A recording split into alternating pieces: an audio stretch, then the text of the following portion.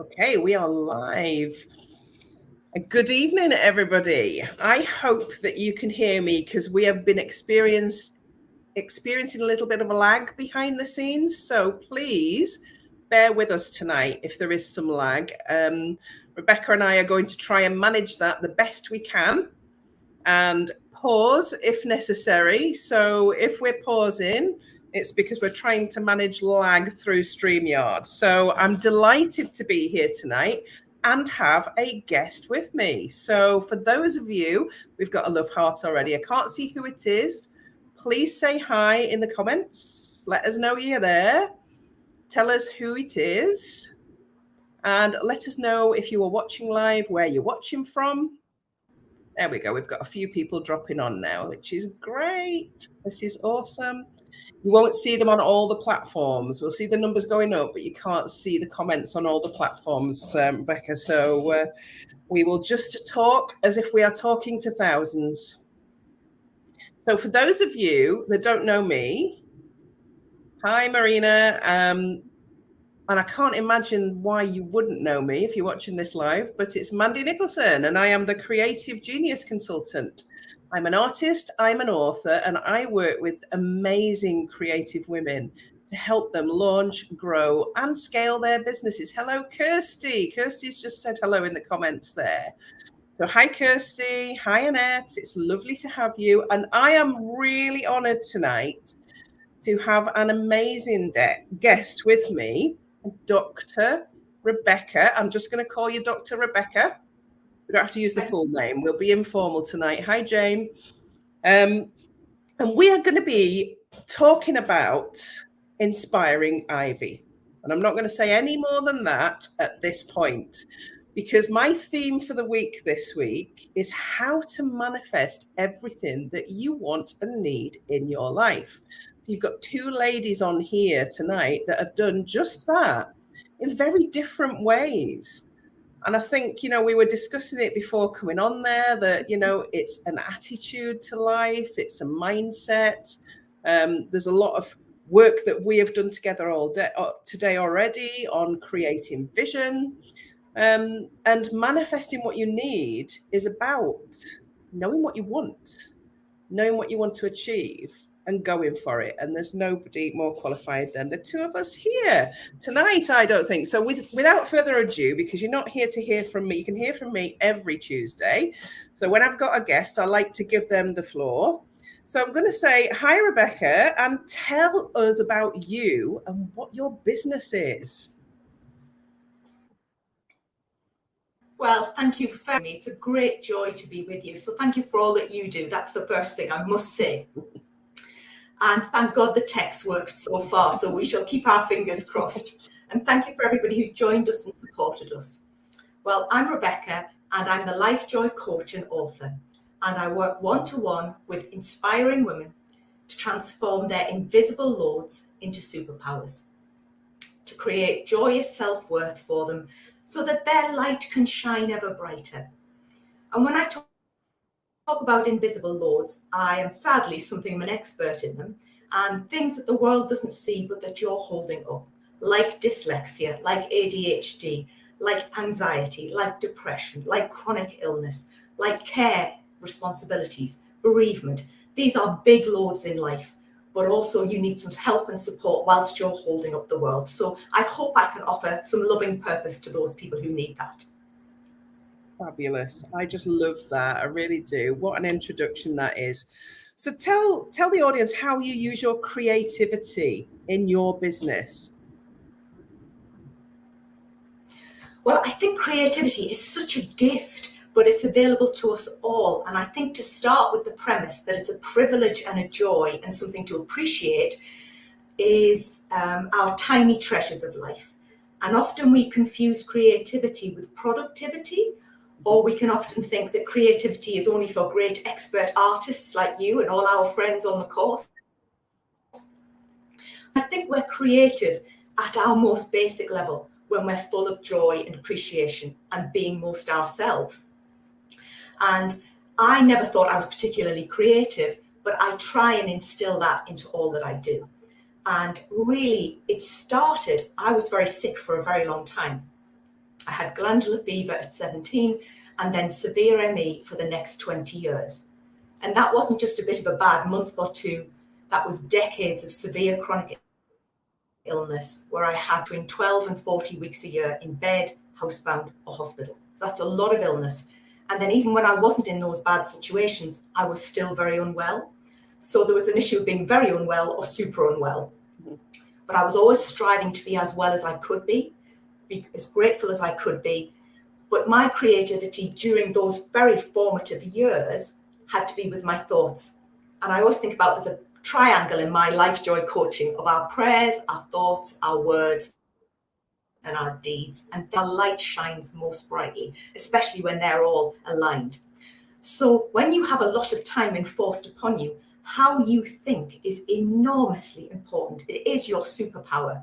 Because when you can't function very much, your thoughts, and thank God I didn't have too much brain fog, I could always think wisely and plan, they become an asset.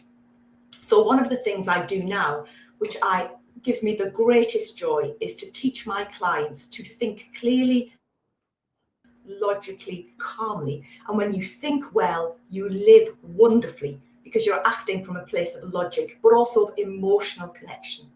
So the creativity really came in the silence of all that illness. And I made lots of decisions then. And it's very easy to make decisions and then have to live by them for a long time.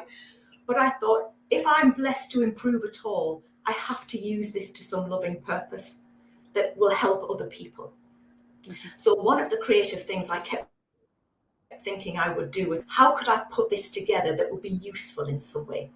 And how could I use creativity in my work that wouldn't be exhausting, but would be helping others? So several of the things that I do now are from the seeds of all of that illness. And those things are very simple, is that when you write books, and I've written 3 books now to essentially celebrate goodness, every bit's creative. The words, the thoughts, the structure, the pattern, the joy in the sentences, the joy in the people you're talking about, the example you're setting, but the cover design, how you structure a page. Every layer you can have some power and some creativity, but also creativity of others' talents. There's something remarkable about seeing people who are better than you make you better. So I've been very fortunate with the people I've worked with. So the creativity in other layers is that I like sewing. So I make little book bags that the bags come in just because I love fabric. And I call it sentimental treasure. So things like little wooden hearts with precious words on, like love and hope. I used to be a Christian celebrant. I was a celebrant for a decade before pandemic hit. And I gave everybody who came to my services one of these to just hold on to. And that was just a tiny bit of creativity that I hope was imbued with care, really. And my godsons call this the tat, and I call it the treasure. So Auntie Beck's tat, I hope, has some use in the world. I agree with you. It's absolute treasure, absolute treasure. So you've given us an insight there as to how you've managed to get through that. And that must have been dark times for you at times. There must have been days where you felt it was too difficult. So as I said, my theme this week is how to attract what you need. Tell us how you've managed to do that. Well, I think that's a very powerful question. And I always think, I talk to my coaching clients as if they're my best friend, and I hope I'm their best friend. And I always say the evidence is around us and it's showing up, but we have to ask the right questions about what led us to the circumstances we're in. And I used to ask myself all the time, what am I doing to make it better? What am I doing to make it a bit less bad? What am I doing that I know I shouldn't be doing that isn't perhaps helping? And what am I putting off? I talk about quality questions make quality lives. And even if we just ask ourselves, what am I doing to make it a bit better? Even if it's marginal, we transform ourselves from being the victim to somebody who's trying. Mm-hmm. And it doesn't make us necessarily a victor or a superstar, but it does shift the mindset somewhat. And I had months on end in a bedroom every year. And it was difficult because it was so uncomfortable and so painful. Mm-hmm. This is not being a bit tired. You know, I had a multi-systemic problem, raging glandular fever, raging joint pain, raging fatigue, that it's like being drugged. And there are people who are still that severely ill with ME. It's not a 6-month thing, and the poor people with long COVID are seeing that. And people have chronic fatigue and MS and lots of other symptoms. So there's an awful lot of suffering that people just have to endure, and it's very difficult. So I would never, ever be glib about that level of difficulty. Mm-hmm. I would say that a lot of chronic conditions have very little medical help, and people can calm down symptoms sometimes, and sometimes make things a bit better. But the thing that you have is the loving care that is around you, and then the tiny things you can do to try and make it a bit less bad. Now, I was very fortunate. I had wonderful parents. I had kind friends who used to send me letters in the post and videos. Do you remember videos in the big old clunky machine? So, this was the early 90s. The internet was very young. So a kind card or a letter would set the tone for the day. So I now try and send a lot of posts to cheer people or put things through people's letterboxes. There are tiny seeds of goodness in the smallest gestures. I knew I was very loved. I knew I was very fortunate. So about 20 years ago, I started to write a gratitude journal, just as Oprah was introducing them with Sarah Ban-Braddock in Simple Abundance. Yeah. And I'd always been a girl who'd been taught to both count their blessings and be a blessing if you can. So I started to write those things. Now, most people expect to write huge things down, don't they? Mm-hmm. And we value big events in life. But the things I was writing down were so small, they were laughable. I was pleased and proud that I'd sat up. I was delighted I'd managed a shower. I was relieved if I'd avoided hospital. That was always can you just not get to hospital this week? That was always a status symbol. No ambulances, no allergic reactions. Just keep it in the bedroom if you can. Mm-hmm. So these were small things, but I knew I had pillows. I had loving parents, but that doesn't make the difficulties, because I did one A-level at a time on 2 hours of school a week, mm-hmm. in a taxi, then came back and really just crashed the rest of the time. I then did 1/6 time of my first degree, which was a joke. Everybody laughed at me. But that 1/6 was my absolute route to sanity. And I had such kindness at University of Sunderland. And there was a very humbling moment, because I found a special advisor who made me believe it was possible. And that one wonderful woman, Sue Kane, and I hadn't had any special needs. I had been a fortunate, healthy, clever, diligent girl who went to church and county choir. I had a CV that was marvellous.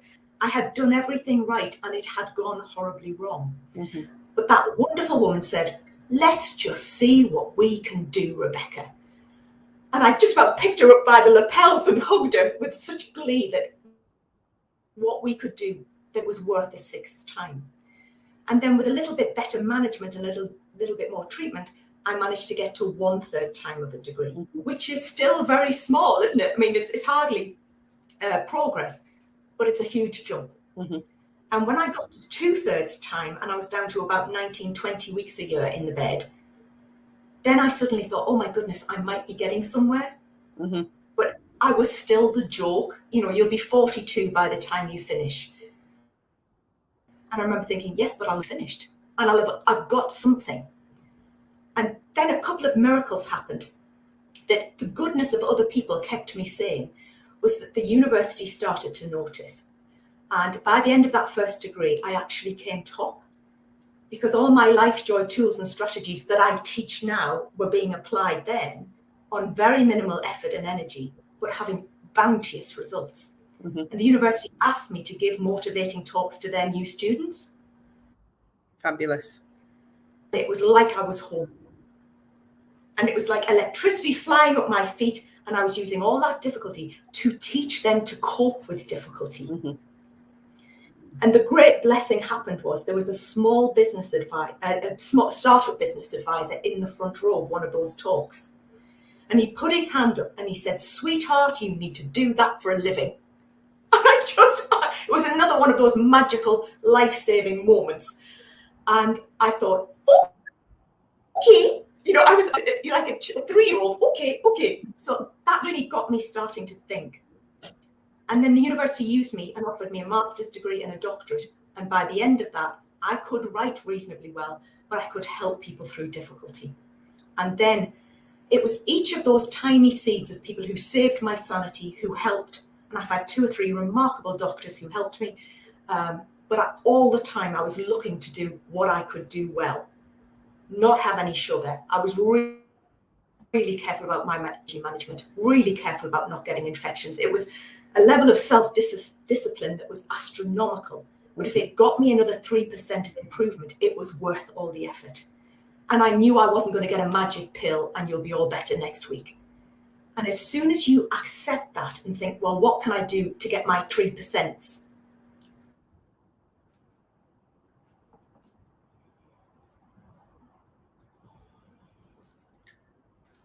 I said at the start, this might freeze, so I apologize. That's the first bad freeze. So if that's frozen for you on the social media platforms now, Rebecca will be back in a minute, hopefully. Just as she was getting into the really good stuff.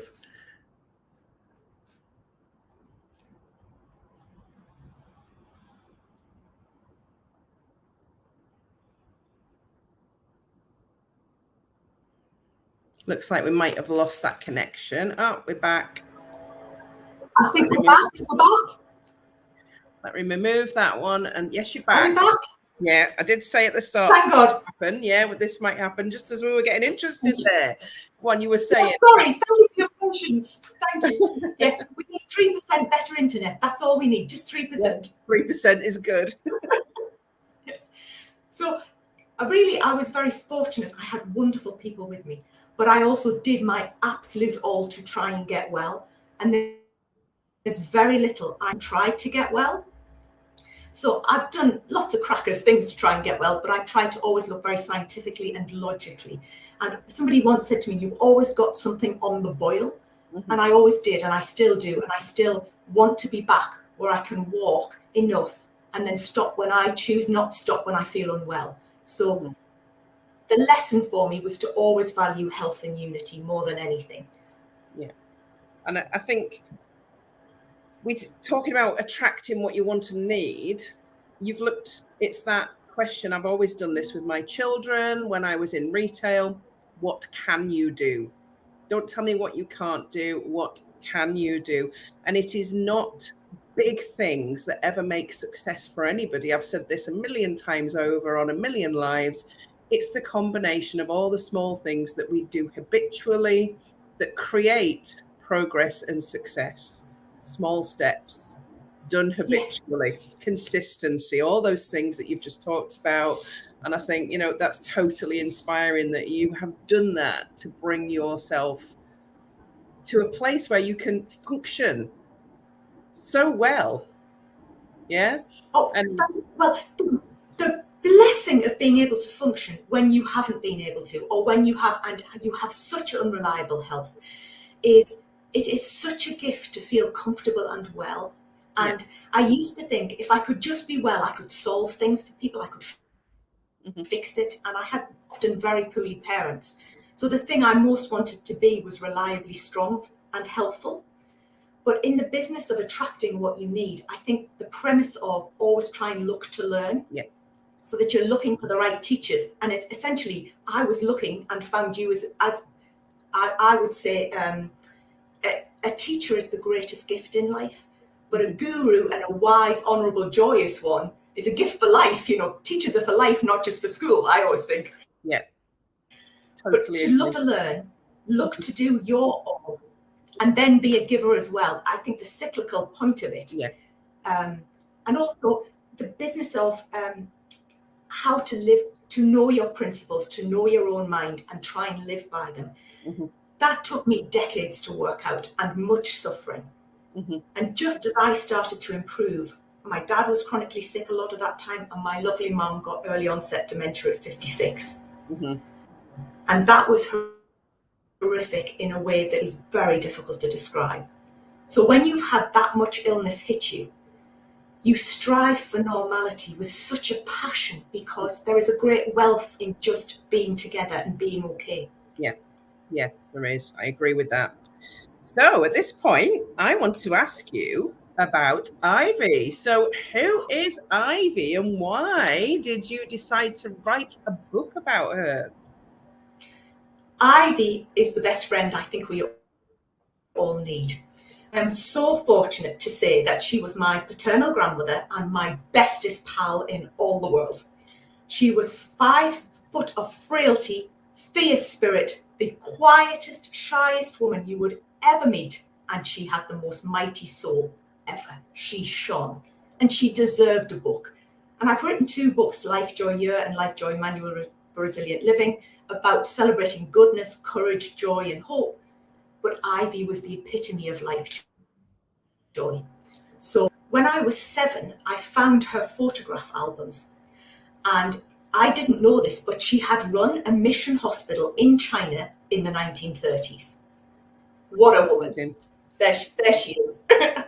And she was, when I had her in my life, she was in her 70s, she looked like Miss Marple. She was tiny, she wore tweed suits, furry boots, carried a big handbag, and didn't say boo to a goose.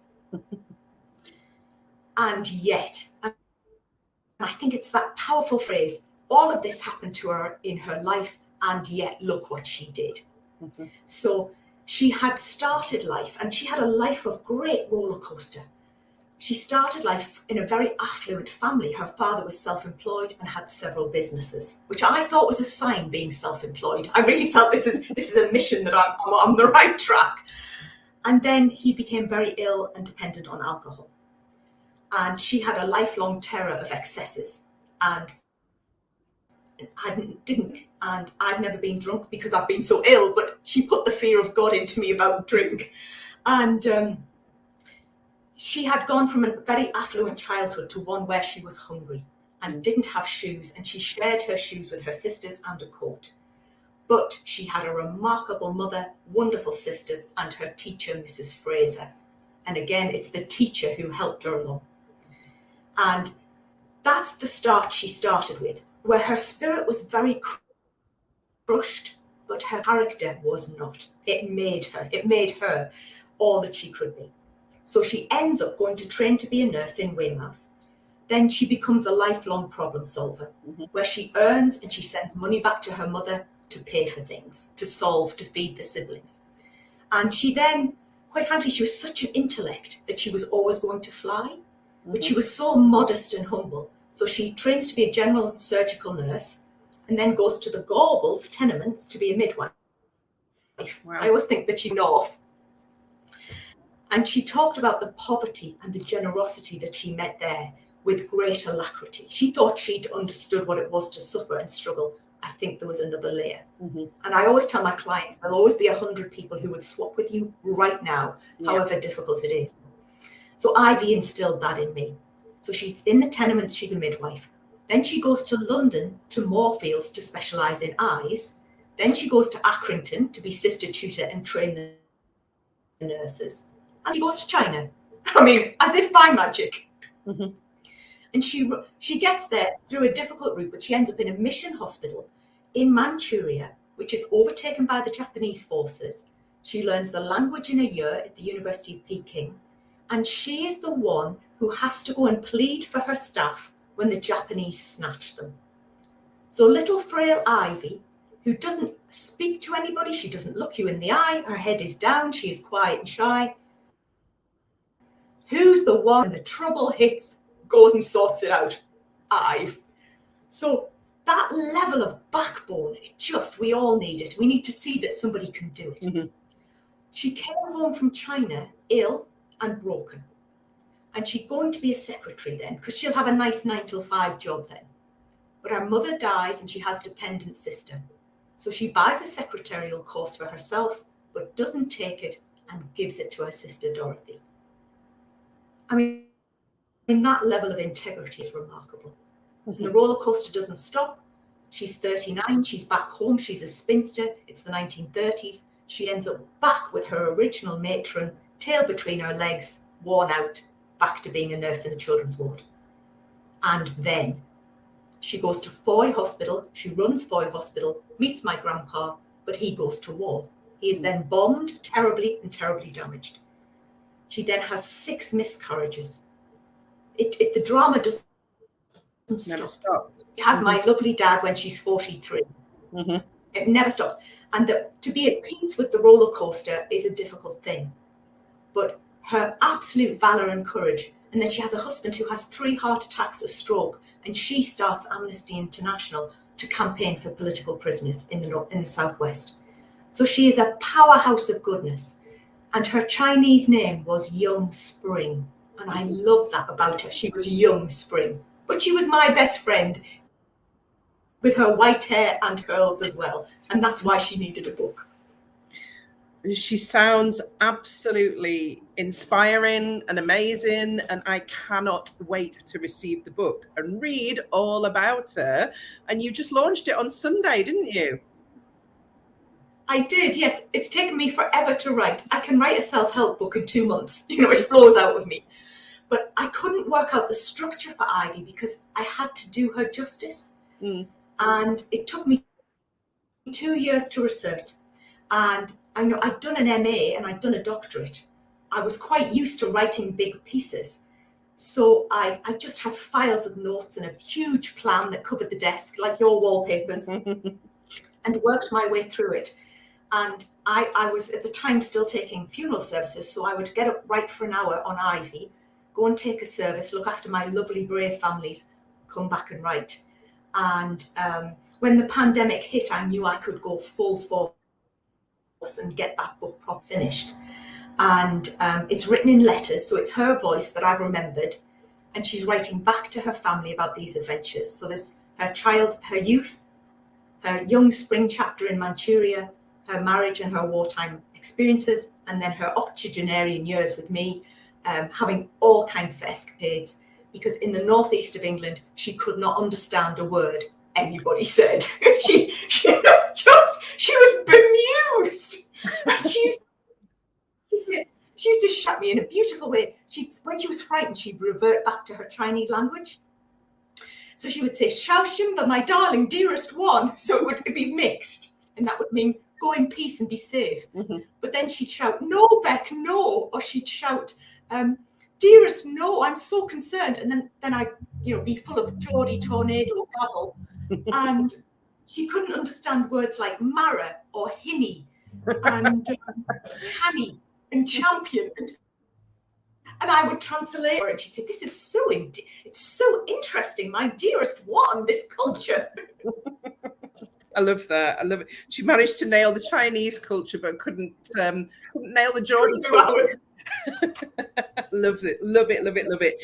And you will find all of Rebecca's links in the comments above or to the side of this post. So all of the links to Instagram, to Facebook, to her website, to the book. Please buy the book. Honestly, I am so excited to read this. It's going to be the first book that I read in my new house. So there you go. That's an honor. Oh, that's a joy, isn't it? It is. Well, I feel very privileged about that. She would like a castle, I have to say. She would say it would enchant her. It'd definitely be enchanting, definitely. So, as a final question then, and you've been through so much and observed so much and achieved so much, but if you could give your younger self one piece of advice, what would that be? I thought very carefully about this because I've written nearly 1,000 eulogies for people and listened to their lives. And also, I actually took my mother's funeral.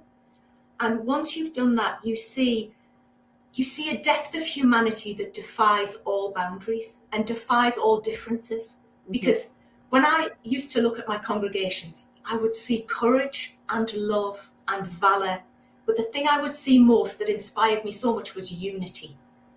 Mothers and fathers, brothers and sisters, best friends, and made up units, amalgams of blends together, best friends, neighbours.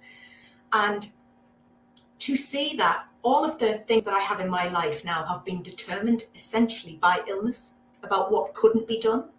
I've never been on a plane. I've never been drunk. I've never had a kebab. Sadly, I haven't had any children. There's lots of things I haven't managed to do. But what I would tell my 16-year-old self, and I have gone over this a million times because I was ill at 17. So, a life-changing moment is I would say 2 or 3 things. I would say, go gently, my darling. go gently. Because I had anybody who gets glandular fever or COVID, I'm screaming at them, please rest, please be careful, because most people with ME push at the start of that infection and something kicks in their immune system and they're ruined often. So always go gently. But I would also say that this would be a lot longer and a lot more difficult than you expect, but that there will be great blessings and great lessons from it. And that in some ways, it isn't a question of what you can't ever do. It's about what you can do with that 1/6 time of treasure for everybody. Mm-hmm. And to see the abundance of normal life as a wealth of health and joy and unity, but also you can be dominated by a situation, but not defined by it. I don't want people to say, oh, that's Beck who had ME. Because I want them to say, oh, that's Beck who loves sunflowers, or husband's on night shift in the lab, or likes sewing, or loves her clients, or is a cool auntie, or loves the seaside. Mm-hmm. I want to be defined by those things, but also to be able to say, and yet, to my clients. That's mostly what I would want to say. Mm-hmm. I love that. Just so inspiring, and it's been an absolute joy to speak to you tonight. And I'm sure everybody watching and who watches on replay, and if you do watch on replay and you enjoy this, please tell people about this and ask people to come back and watch Rebecca talking about Ivy and buy the book. And I'm going to say to you all, I will be here next Tuesday, not from the same place, from a new place, from a place that I have been manifesting all year. So please join me next Tuesday. I haven't decided which room I will broadcast from yet. We will see. It's been a joy talking to Rebecca, and I would just sort of finish tonight by saying, you know, live well, love well, and make a difference. Thank you very much. See you next week, folks. Thank you. All right.